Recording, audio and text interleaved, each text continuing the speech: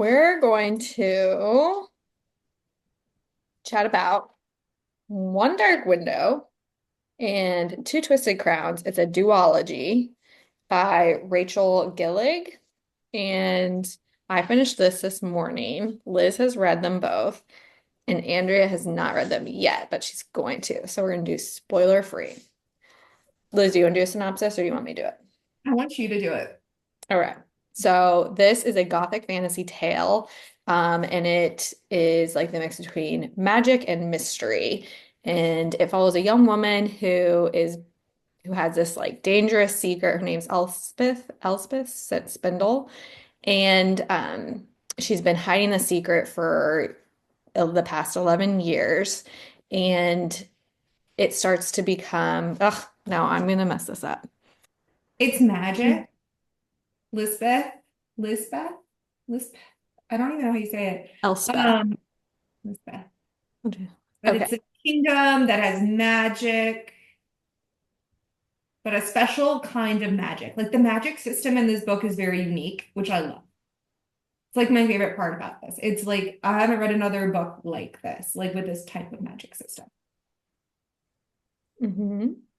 And it's all about like the king and there's like he kind of controls the magic system and she has a secret and it's like give and take. And of course, there's kind of like a revolt or these people like off on the side trying to overthrow the king.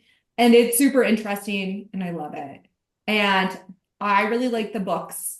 And this is like this series, this duology is like this, where it goes back like generations. I'm a huge fan of like, but 500 years ago, and they explain how everything started. And that's what this one's like. And I'm obsessed with it.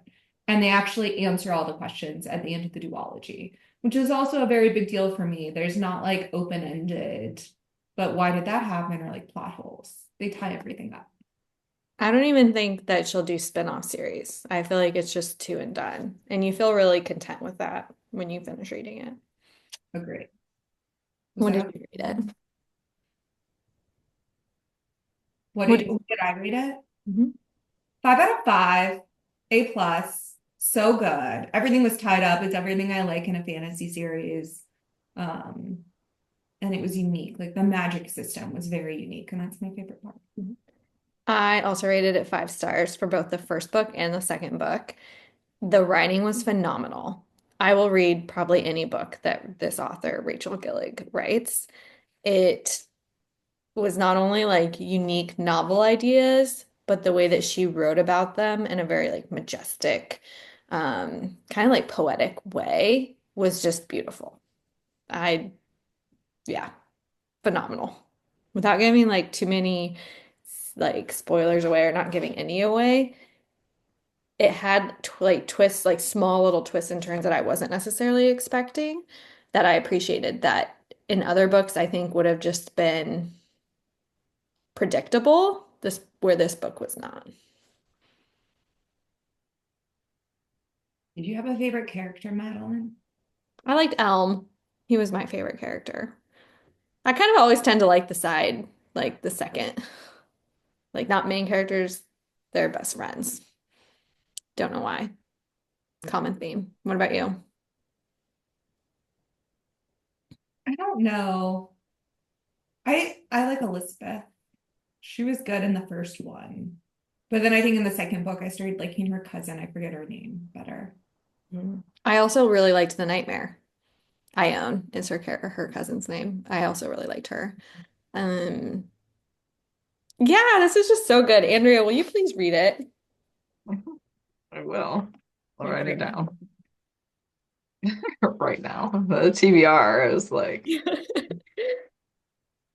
We'll just You'll put like you as it. like pending. You're gonna go off and read.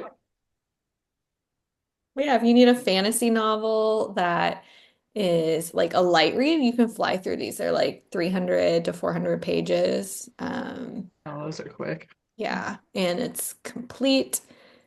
It's a beautiful story, but it also has a lot of suspense and action and magic and things you probably haven't like read about yet.